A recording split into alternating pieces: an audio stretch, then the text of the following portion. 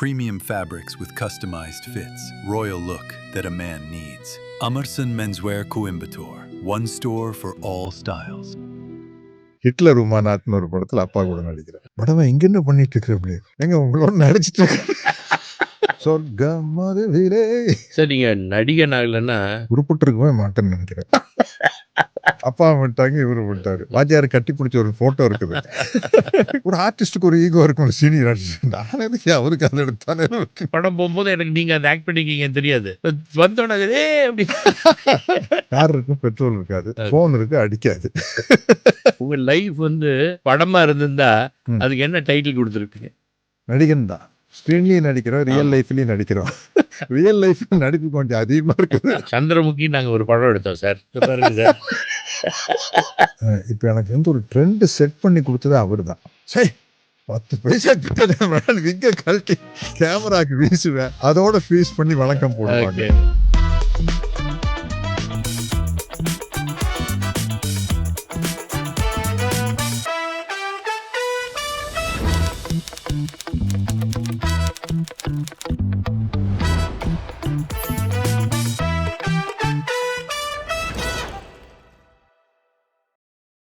Welcome sir. வணக்கம் Ram sir. இந்த truly ராம்னு video channel நம்ம ஆரம்பிக்கிறோம். நீங்கள் தான் ஃபர்ஸ்ட் கெஸ்ட் சார். ரொம்ப ரொம்ப தேங்க்யூ ராம் சார். ரொம்ப ப்ரௌடாக இருக்கும். ஃபர்ஸ்ட் ஆள் நான் தான். Very happy. நம்மளும் ஓல்டு ஃப்ரெண்ட்ஸ் அப்பப்போ முன்னாடிலாம் அடிக்கடி மீட் பண்ணுவோம் 30 வருஷத்துக்கு முன்னாடி. இப்போது வருஷத்துக்கு ஒரு வாட்டி இல்லை 2 வருஷத்துக்கு ஒரு வாட்டி தான் மீட் பண்ணுறோம். ஆமாம் ராம். எனவே இந்த ப்ரோக்ராமில் நம்ம மீட் பண்ணுறது இந்த இதுலேருந்து ஆரம்பிச்சிடலாம் சார். சார் நீங்கள் நடிகன் ஆகலைன்னா லைஃப்பில் வேறு என்னவா இருந்திருப்பீங்கன்னு நீங்கள் நினைக்கிறீங்க? ஃப்ராங்காக சொல்ல போனால் ராம் சார் உருப்பிட்டுருக்கவே மாட்டேன்னு நினைக்கிறேன். ஓ இல்லை, எனக்கு வந்து இப்போ படிக்கையிலேயே ஒரு ஏமே இல்லை. எங்கள் சித்தப்பா உங்களுக்கு தெரியும், அப்பாவுக்கு ரொம்ப ஃப்ரெண்டு தொர்ராஜ் அப்படின்னு. அப்பா அடிக்கடி சொல்லுவார், உங்கள் சித்தப்பனு கல்யாணத்தப்போ நான் தான் டர்பன் கட்டி விட்டு பர்சனாலிட்டி ஆக்குதான் பாரு. அவர் கல்யாணத்தப்போ அவர் அடிக்கடி சொல்லுவார், உனக்கு ஒரு எந்தூசியாஸ்டிக்காகவே இருக்க மாட்டேங்கிற, லெதார்ஜிக்காக இருக்கிற அப்படின்ட்டு. ஸோ நான் காலேஜ் ஃபைனல்ஸ் வர வரைக்கும் எனக்கு என்ன பண்ணுறதுன்னு தெரியல ராம் சார். அப்படியே போயிட்டு இருந்தது. ஒரு ஸ்டேஜில் என்ன நினச்சேன்னா, நம்ம அக்ரிகல்ச்சர் பார்த்துக்கலாம், ஒரு ஃபேமிலி ப்ராப்பர்ட்டியாக வந்து மேட்டுப்பாளையத்து பக்கத்தில் தோட்டம் இருந்தது. சரி, அப்படியே போயிட்டு இந்த அக்ரிகல்ச்சர் பார்த்துக்கிறத விட பெரிய கற்பனை என்னென்னா, ஒரு புல்லட் வாங்கிக்கணும், ஒரு தலைப்பா கட்டிட்டு கூலிங் கிளாஸ் போட்டு தடன்னு போயிட்டு அங்கே மேட்டுப்பாளையத்தில் 2-3 தியேட்டர் இருக்குது. சினிமா, பயங்கர சினிமா ரசிகன். சினிமா பார்த்துட்டு இருக்குன்னு நினச்சேன். அது படித்து முடிக்கிறதுக்குள்ளே அந்த தோட்டம்லாம் விற்றுட்டாங்க.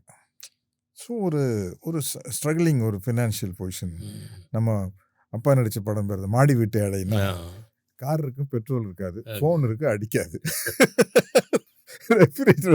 ரெஃப்ரிஜரேட்டருக்கு ஓடாது. அப்போ வந்து நம்ம மாதம்பட்டி சிவகுமாரன்னா, நான் எல்லாரும் மாதிரியும் மிமிக்ரி பண்ணுவேன். உங்களுக்கே தெரியும், அப்பா டைலாக் பராசக்தி பேச்சு காட்டுவேன், காதலிக்கு நேரம் இல்லை, அப்போ ரெக்கார்டாக வந்தது, அந்த காமெடி சீக்வன்ஸ் எல்லாம் பேச முடியும். அப்போ மாதம்பட்டி சிவகுமாரன்னா தான், நீ ஏன் நடிக்க போகக்கூடாது அப்படின்னாரு. எனக்கு தலை சுற்றிச்சு. நடிக்க போகிறதுன்னா அது எப்படி? உண்மையிலேயே தெரிஞ்ச ஒரே ஃபேமிலி நீங்கள் தான். பட்டு நேராக இங்கே வந்து அப்பா வந்து அடிச்சு துரத்திடுவார், உனக்கு எதுக்கடா இந்த வேலைன்னு. சரி, அவர் சொல்றாரு. அப்போ சிவகுமாரன் நான் பழக்கமான, நான் உண்மையிலேயே இந்த அளவுக்கு சினிமாவில் வருவேன்னு நினைக்கல.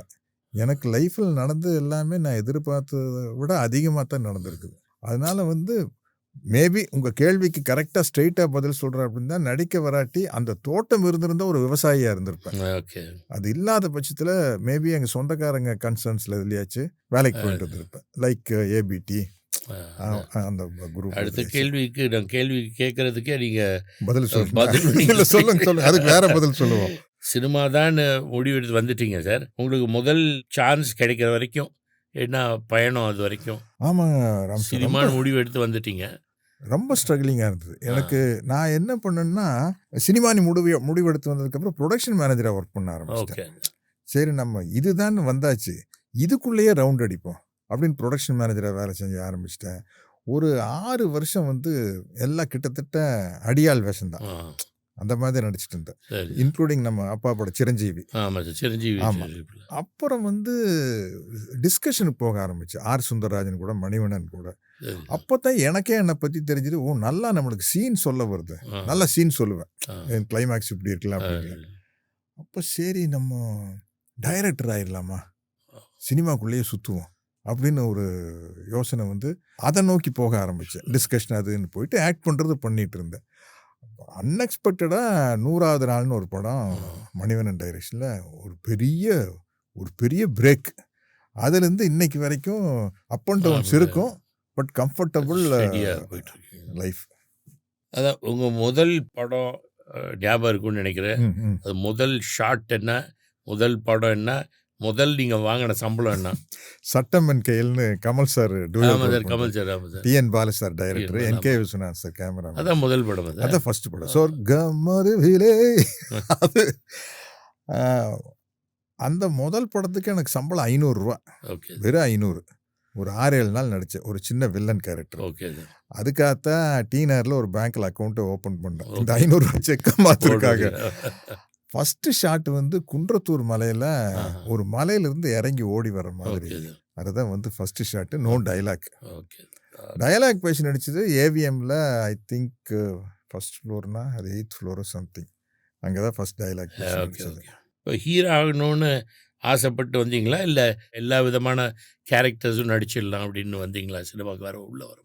ஆமாண்ணா ராம் சார், நான் எந்த நம்பிக்கையும் இல்லாமல் தான் வந்தேன். ஹீரோவும் கூட இல்லை, நடிகனாவேங்கிற நம்பிக்கையும் கூட இல்லை. அதனால தான் நான் வரும்போது சினிமாவில் நடிக்க வரையில் என்ன பண்ணுவாங்க, நான் எடுத்து வந்து driving licence, BSc graduate certificate, சென்னைக்குன்னு வந்தாச்சு. இனி திரும்பி கோயம்புத்தூர் போகிறது நோய், இங்கேயே ஏதாச்சும் ஒன்று பண்ணலாம் அப்படிங்கிறது வந்துட்டு ஏதோ ஒரு சின்ன சின்ன கேரக்டர் நடிச்சிட்டு இருந்தா போதும்.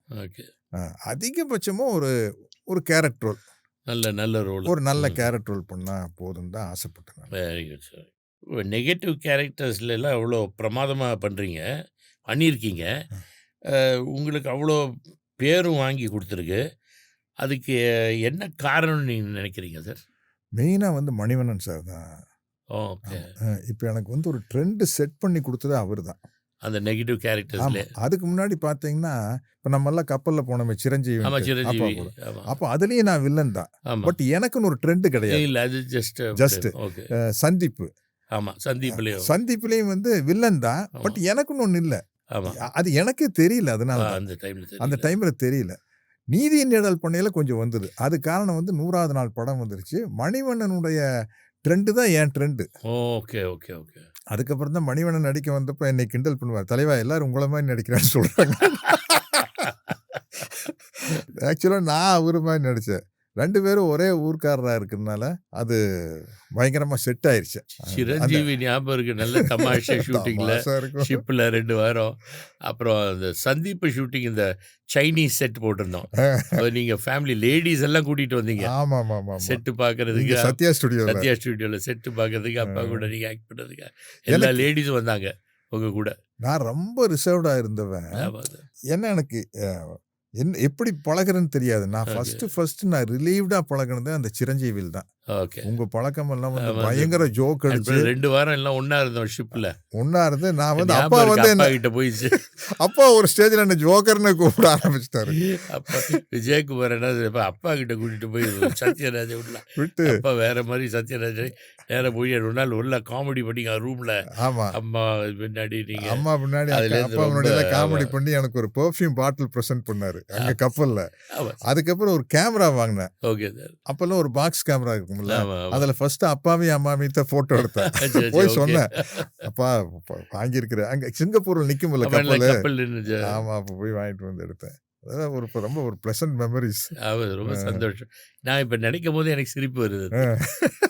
அப்புறம் ஊட்டியில நீதி ஷூட்டிங் சாயந்தரம் கேங் எல்லாம் சேர்ந்து பாரதி, வாசு, அந்த ஷாடோஸ், ரவி, சந்திரசேகர், ரொம்ப தமாஷா இருக்கும். 7 மணி ஷூட்டிங், 2-3 மணி.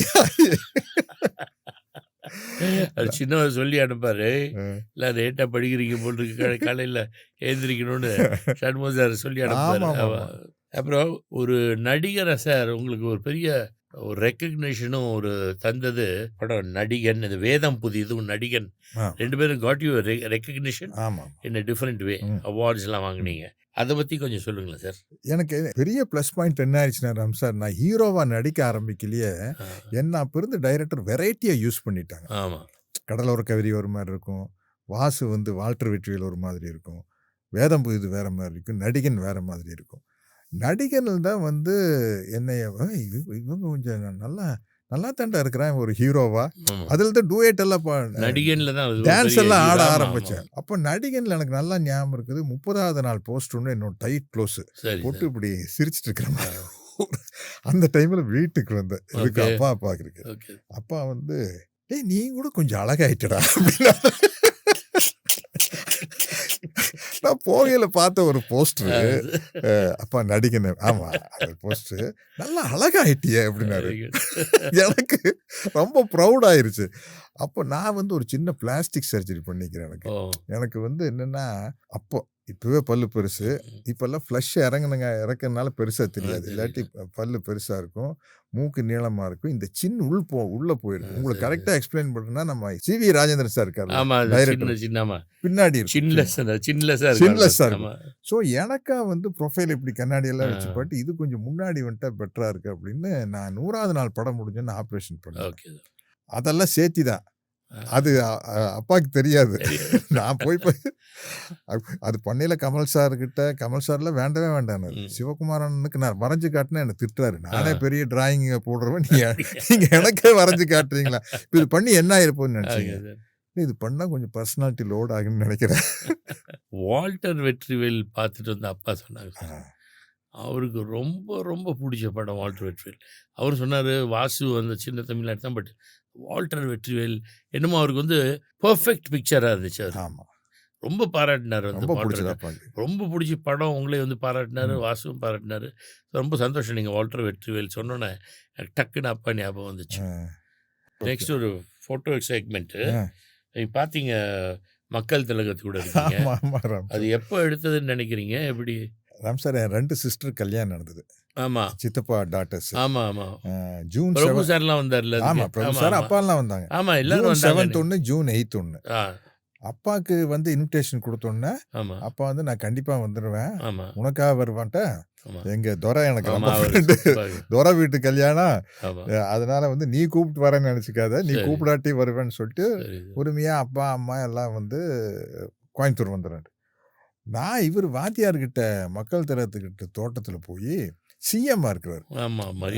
ஆமாம், அதனால இன்விடேஷன் கொடுத்துட்டு நான் சொல்கிறேன், ஐயா இது இன்விடேஷன் இல்லைங்க, இன்ஃபர்மேஷன் அப்படின்னாரு. இல்லைங்க, உங்களுக்கு ஒரு தகவல், ஒரு சிஎம் வந்து ஒரு சாதாரண நடிகனோட தங்கச்சி கல்யாணத்துக்கு கோயம்புத்தூர் வரணும் நான் எதிர்பார்க்கல. பேப்பரில் நியூஸ் வரும், சத்யராஜ் தங்கைகள் திருமணம். என்னடா நம்மக்கிட்ட சொல்ல, நீங்கள் கோவிச்சுக்கூடாது, நான் பொண்ணு மாப்பிள்ளையை தோட்டத்துக்கு கூப்பிட்டு வந்துடுறேன், நீங்கள் ஆசீர்வாதம் பண்ணால் போதும், நீங்கள் கோயம்புத்தூர் வர வேண்டிய அவசியம் இல்லைன்ட்டார். அது சிரிச்சுட்டு தட்டி கொடுத்தாரு. அவருடைய கொஞ்சம் இதெல்லாம் 87 ஜூனில் நடக்குது. ஏப்ரல் 87 டிசம்பர் 24 இறந்து போகிறார். இப்போ கோயம்புத்தூர் போயாச்சு. அப்பா வந்து அவருக்கு தெரிஞ்ச இடத்துல ஸ்டே பண்ணியாச்சு. திடீர்னு இப்போது போலீஸ் டிபார்ட்மெண்ட்லேருந்து எங்கள் வீட்டுக்கு வராங்க. வந்து சார் என்ன சார் சிஎம் வர விஷயம் நீங்கள் சொல்லவே இல்லையா சார்? சார் எனக்கு தெரியாது சார், வர்றார் நாளைக்கு வர்றாரு சார். அப்போ பீளமேடு ஏர்போர்ட், இந்த ஏர்போர்ட் ரெனோவேஷன் இருந்தது. என்னடா அதுன்னு சொல்லிட்டு நான் கிளம்பி போயிட்டு, நானும் மணிவண்ணன் கேமராமேன் சபாபதி எல்லாம் ஒரு கார் எடுத்துகிட்டு போயிட்டோம். ஃப்ளைட்டு வந்திருந்தது. இவரும் ஜானகி அம்மாவும் வந்துட்டாங்க. வந்தோடனே கட்சிக்காரங்கெல்லாம் வந்தாங்க, கால் விழுந்தாங்க, எல்லாம் நடந்தது. நடந்தோடனே நான் வந்து அவர் அண்ணன்னு கூப்பிட்டுறது. சிஎம்மாக இருந்தாலும் நம்ம சினிமாவில் பழக்கத்தில் அண்ணன் அப்படின்னு, எப்படி அப்படின்னாரு. ரொம்ப சந்தோஷம் அப்படின்னு சொல்லிட்டு வாங்க அப்படின்னாரு. காரில் உட்காருங்க அப்படின்னா. நான் சொன்னேன் என்னோடய ஃப்ரெண்ட்ஸ் எல்லாம் வந்திருக்கேன், அவங்க கிடக்குறாங்க பின்னாடி வரட்டு. இதில் இப்போ ஃப்ரண்ட் சீட்டில் நான், பின்னாடி சீட்டில் நடுவில் மக்கள் தலைவர், இந்த பக்கம் முத்துசாமி அண்ணன், மினிஸ்டர் முத்துசாமி, அந்த பக்கம் ஜானகி அம்மா. 2 பேரும் ஒரே காரில் போகிறோம். போகையில் ஒரு வழிநடுக்க கூட்டம்.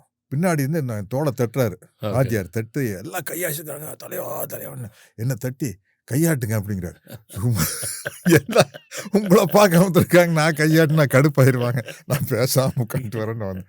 நேராக சர்க்கியூட் ஹவுஸில் போய் அவர் இறக்கி விட்டு, காலையில் 5 மணிக்கு கல்யாணம், இன்னொரு கல்யாணம் 6 மணிக்கு, நீங்கள் சௌரியமாக ஒரு 10 மணிக்கு வந்தால் போதும். மறுபடியும் தொடை தட்டி எனக்கு தெரியும் அப்படிங்கிற மாதிரி சொன்னார். வந்தோடனே ஒரே நேரத்துக்கு அப்பா வந்துட்டாங்க, இவர் வந்துட்டார். இவர் வந்து உட்கார வச்சு அவருக்கு பாருங்க, உட்கார வச்சோன்னே என்னை கூப்பிட்றாரு. எங்கள் அம்மாவையெல்லாம் இன்ட்ரடியூஸ் பண்ணி வச்சுட்டு, இந்த தாலி எடுத்து கொடுக்குறதெல்லாம் அந்த பொறுப்பெல்லாம் எனக்கு கொடுக்காதீங்க. உங்கள் குடும்பத்தில் வழக்கமாக எடுத்து கொடுக்குற ஒரு பெரியவர் இருப்பாங்க, மன்றாடியார் மாமா, அவரு தான் கொடுக்கணும், நான் இங்கேயே இருக்கிறேன் அப்படின்ட்டாரு. அப்புறம் அதில் அப்பாவும் வாத்தியார் கட்டி பிடிச்ச ஒரு ஃபோட்டோ இருக்குது. கட்டி பிடிச்சோன்னே அவர் காருக்கு போகிறாரு, இவரு கூட போகிறதா அவரு கூட போகிறதா அப்பாவே கூப்பிட்டு, நீ ரொம்ப தடுமாறாத, அண்ணனை போய் அனுப்பிச்சிட்டு கன்ஃபியூஸ் ஆகாத அப்படின்னாரு. அப்படி போன காரில் எடுத்தது. இப்போ தான் நான் கவனிக்கிறேன், அது டூரிஸ்ட் போர்டு போட்டிருக்கு. ஆமாம், அதை போட்டுக்கு. அது எனக்கு என்னென்ன புரியல. அது must be Tamil Nadu tourism board sir. அவங்க கவர்மெண்ட் சிஎம்காக அவங்க கார் வந்திருக்கோம். அப்படி இல்லை, அப்படிதான் இருக்குன்னு நான் நினச்சாதான். அப்பா அம்மா கூட நீங்கள் இருக்கீங்க சார். நடிகர் அப்பாவுக்கு உங்களுக்கு முதல்ல எப்போ பார்த்தீங்க, எப்படி பழக்கம் அப்பாவுக்கு? அப்பாவை ஃபஸ்ட்டு பார்த்தது காத்தவராயன் படம் ரிலீஸ் அப்போ 1958.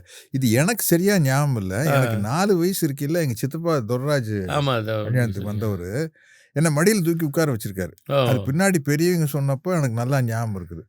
இவர் தான் காத்தவராயனா அப்படின்னு கேட்டேன். எனக்கு நான் 1954 பிறந்தேன், காத்தவராயன் 58 ரிலீஸ் ஆன படம். அப்போ தான் சித்தப்பா கல்யாணம். அப்பா மடியில் உட்காந்துருக்கேன். அதுக்கப்புறம் அப்பா வந்து இப்போ நம்மளாம் சொந்தக்காரங்க வேற ஆயிட்டோம். நிறைய கல்யாணத்தில் அப்பா பார்ப்பேன். எல்லா கல்யாணம் சமத்தூர் வானவராயர் கல்யாணத்துக்கு வந்தப்போ பக்கத்தில் போய் பேசுறதுக்கு பயம். சந்தேகவுண்டம்பாளையம், அதுக்கு நீங்களும் பிரபு எல்லாம் வந்திருந்தீங்க. எனக்கு அப்பா பார்க்கறத விட உங்களை வேடிக்கை சிவாஜி பசங்க. அப்போ இது வரைக்கும் நீங்கள் அந்த சைட் பண்ண எல்லாம் ஸ்டைலாக இருப்பீங்க. பார்த்துட்டு அப்படி பார்த்தது அப்பாவை. அப்புறம் ஒரு நாள் வந்து அப்போல்லாம் கிரிக்கெட் கமெண்ட்ரி டிரான்சிஸ்டரில் கேட்பாங்க இல்லையா? டிரான்சிஸ்டர் தான். திடீர்னு எங்கள் சித்தப்பா வந்து ஒரு சஸ்பென்ஸாக குரு ஹோட்டல் அப்போ வந்து தங்குவார்.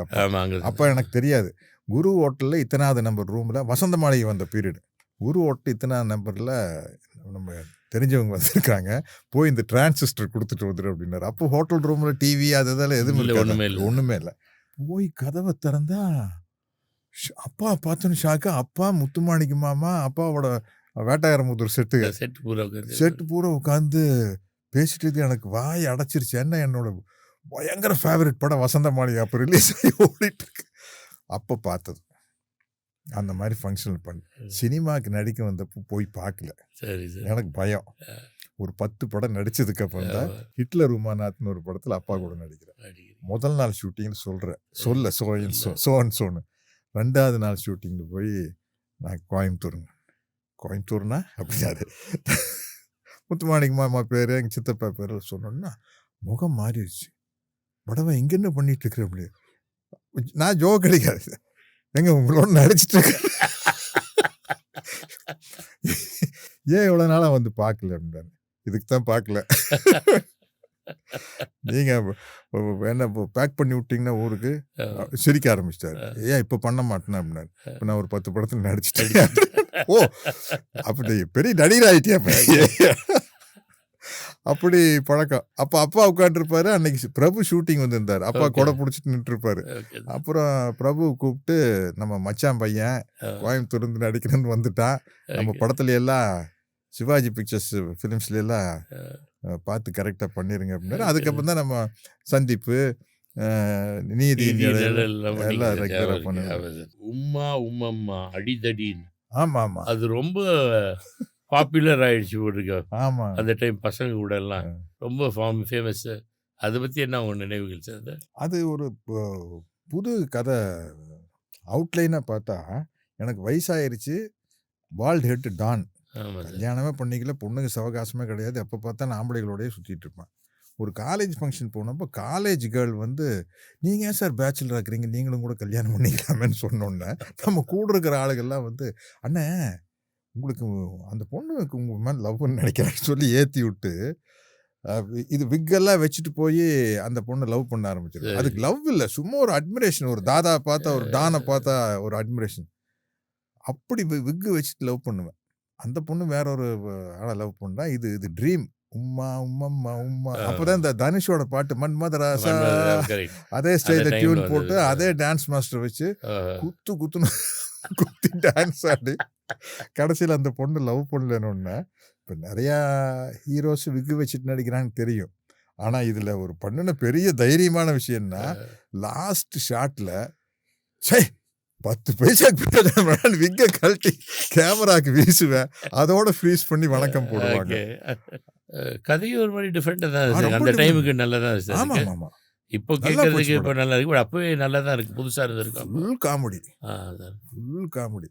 பாகுபலி, ஆ எனக்கு அதை பற்றி தான் கேட்கணும் சார். பாகுபலி பாகுபலி படம் நீங்கள் வந்ததுக்கு அப்புறம் கட்டப்பான்னு உங்கள் பேரை வந்து எல்லாம் கட்டப்பா, நம்ம பசங்கள்லாம் கூட உங்களை பார்த்து கட்டப்பான்னு சொல்கிறாங்க. அது எப்படி அது ஒரு நீங்கள் இந்தியா பூரா ஒரு தெரியும், பட் இந்த பாகுபலி வந்தோன்னே ஒரு இன்டர்நேஷ்னல் லெவலுக்கு போயிட்டீங்க சார் என்னை பொறுத்த வரைக்கும். ஆமாங்க. அது எப்படி ஹவு தட் ஃபீலிங் அப்போது அந்த படத்தில் ஆக்ட் பண்ணது எப்படி, அதுக்கப்புறம் எப்படின்னு ஆஃப்டர் மாத் ஆஃப் பாகுபலி? ஆமாம், கட்டப்பா பாகுபலிக்கு முன் கிமு கிபி மாதிரி தான். ஆமாம், அது மாதிரியா.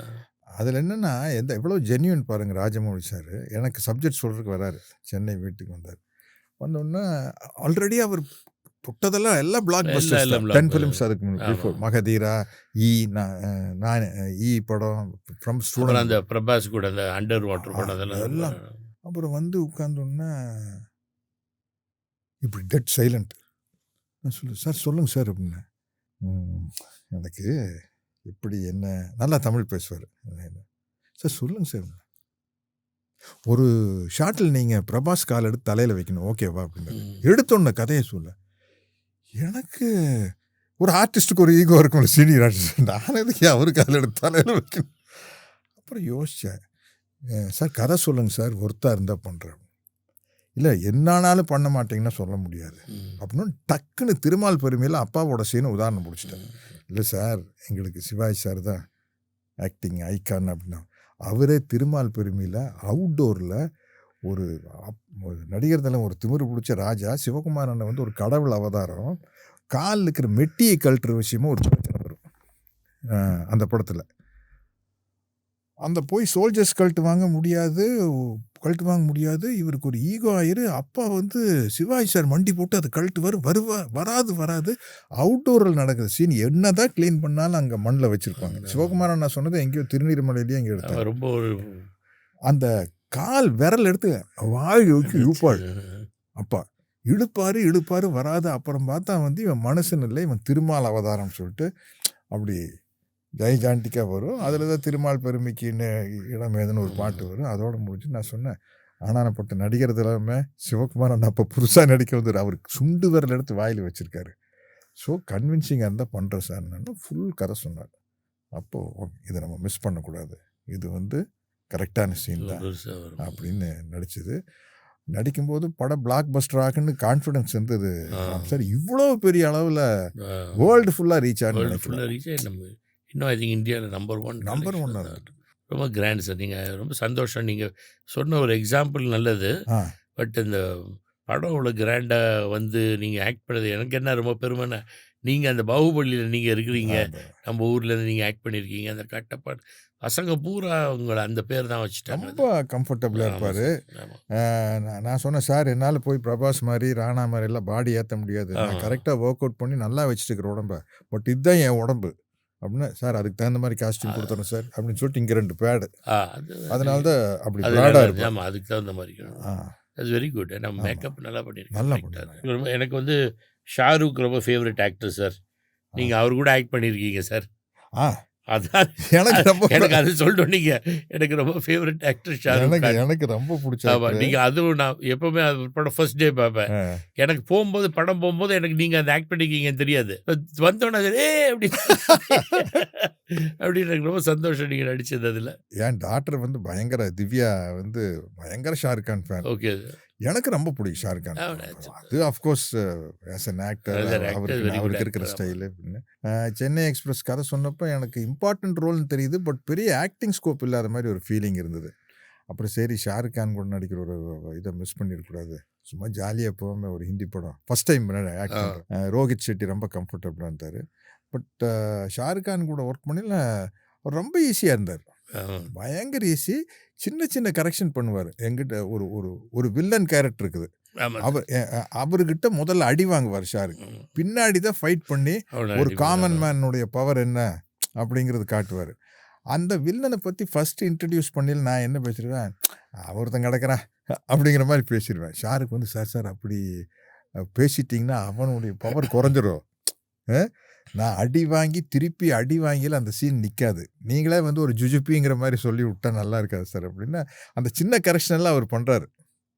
நானே நம்ம ஊர் ஸ்டைலில் நான் வில்லனா நடிச்ச பண்ண மாதிரி அந்த குசும்பு நீங்கள் பண்ணுறது அது மாதிரி. ஆமாம், அதை குசும் பண்ண. அப்புறம் சரி என்னம்மா கண்ணு சௌக்கியமான்னு நம்ம பஞ்சு டைலாக் கொடுக்கலாம் அப்படின்ட்டு அது விட்டோன்னா நைஸ் அப்படின்ட்டு அப்புறம் எல்லாருக்கிட்டையும் போய் விசாரிக்கிறாரு.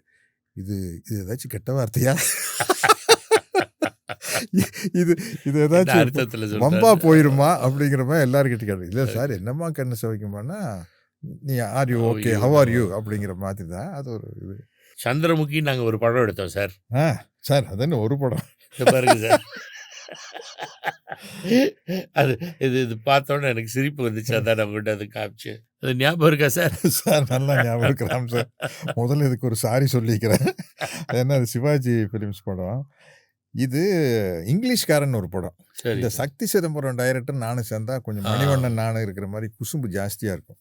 இங்கிலீஷ்காரன் படம் ஃபுல்லாகவே அந்த குசும்பு இருக்கும். அப்போ சந்திரமுகி ரிலீஸ் ஆகி ஓஹோன்னு ஓடிட்டு இருக்குது.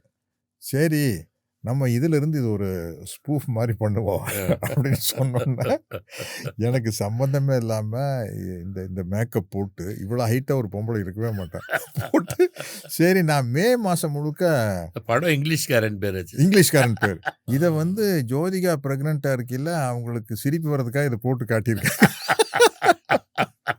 மே மாதம் முழுக்க நான் ஒரு மாதம் குன்னூருக்கு போயிடுவேன். எனக்கு அவங்க வீடு இருக்கு. அதனால வந்து கண்டினியூட்டி போனாலும் தப்பு இல்லைன்னு சொல்லிட்டு கையில் இருக்கிற முடியெல்லாம் ஷேவ் பண்ணிட்டேன். என்ன பக்காவா லேடி கெட்ட போடலாம் அப்படின்னு சொல்லிட்டு போட்டு இது பண்ணோம். இது பிரமாதம் ஒர்க் அவுட் ஆச்சு. ஒரு மாதம் கழிச்சு அடுத்த படத்தில் இப்போ இன்ஸ்பெக்டராக நடிக்கிற கண்ணாமூச்சி என்னடான்னு ஒரு படம். ராதிகா தான் சரத்குமார் தான் ப்ரொடியூசர். நான் ஒரு மாதத்தில் வளர்ந்துருன்னு பார்த்தா வளரல சார். என்ன சார் கண்டினியூட்டி முடியே இல்லை சார் அப்படின்னா என்னங்க பண்றேன்னா இப்படி நம்பிக்கையோட போனேன். சிறுபாடு அப்படிதான் தமாஷானதுதான். டெக் ஆஃப் கார்ட்ஸ் வச்சிருக்காங்க. நீங்க ஒரு கார்டு எடுத்து அதுல ஒரு கேள்வி இருக்கும், அதுக்கு பதில் சொல்லணும் நீங்க. Okay. Do you believe dreams evolve with age or do they simply become clearer? இது என்ன ராம் சார்? நீங்க உங்க கனவுகள் வந்து உங்கள் வயசுக்கு தகுந்த மாதிரி அது மாறுமா இல்லைன்னா வேறு மாதிரி கிளியர் ஆகிடுமா என்னன்னு உங்கள் கனவுகள் எப்படி இவால்வ் ஆகுது உங்கள் வயசாக ஆக? வயசுக்கு தகுந்த மாதிரி மாறுது. டெஃபினட்டாக மாறுது. ஏன்னா நம்ம ஒரு காலேஜ் முடிச்சோன்னு இருந்த ட்ரீம் வேறு. இப்போ இருக்கிற ட்ரீம் வந்து மனசையும் உடம்பையும் நல்லா வச்சுக்கணுங்கிறது மெயின் ப்ரிஃபரன்ஸ். வந்து mental health and physical health. Very good. ஏன்னா ரெண்டுமே இப்படி இருக்குது. ஆமாம், இங்கே டிக் அடிச்சுன்னா ஃபுல் பாடி அடிக்கும்.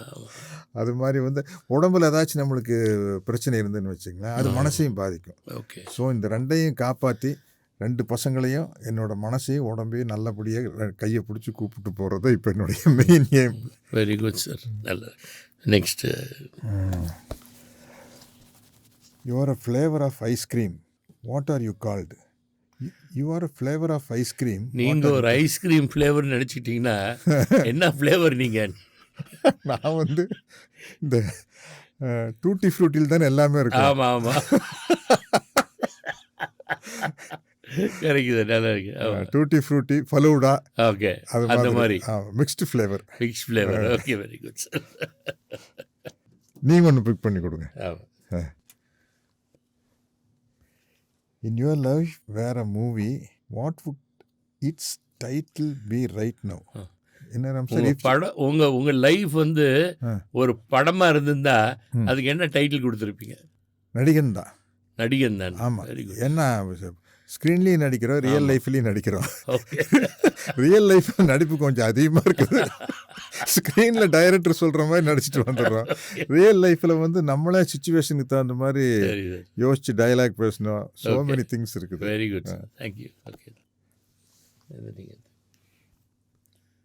Who do you text first when something good happens? யாருக்காச்சும் ஏதாச்சும் நான் நல்ல யாருக்கு முதல்ல மெசேஜ் அனுப்புவீங்க? என்னோட ஃபேமிலி குரூப்புக்கு அனுப்பிச்சிடுவேன். Very good. ஆமாம். ஃபேமிலி ஃபுல்லாக குரூப்பாக அவர் குரூப் இருக்கு, ஒரு 2 குரூப் இருக்கு. சரி சார். இங்கே இருக்கிற குரூப் ஒன்று, ஊரில் எல்லா சிப்ளிங்ஸோட இருக்கிற குரூப். Okay sir. இந்த 2க்கு அனுப்பிச்சிடுவேன். Very good. காண வந்த தங்கையை கண்டேன் கண்ணற்ற ஓவியமும் என்னடா இப்படி நடிக்கிறான் சார். உங்கள் பீரியட் கிசு கிசு சொல்லுங்க சார். இப்போ நான் ஒன்று சொன்னால் நீங்கள் ஒன்று திருப்பி சொல்லுங்கள். இன்னைக்கு நினச்சாலும் எனக்கு ரொம்ப அது அப்செட் ஆகுது. படம் ஃபர்ஸ்ட் காப்பி பார்த்துட்டு கலைஞர் கண்லேயும் தண்ணி. அப்பா வந்து சத்யராஜ் பேண்ட் அப்படின்னு சொல்லுவாங்க. இந்த தொழிலை நம்பி வரக்கூடாது. Correct, exactly. திடீர்னு பார்த்தா காலையில் வந்து ஸ்பீச் வரல. படம் ஷூட்டிங் ஆரம்பிச்சு 2-3 monthsல இறந்துட்டார். நீங்க போன சார் நீங்க அவரோட ஜாஸ்தி அழுவுறீங்க. சிம்மக்குரல் வழி கேட்கல சார், சிம்மக்குரல் கேட்கல சார்னு 3 வாட்டி சொல்றீங்க.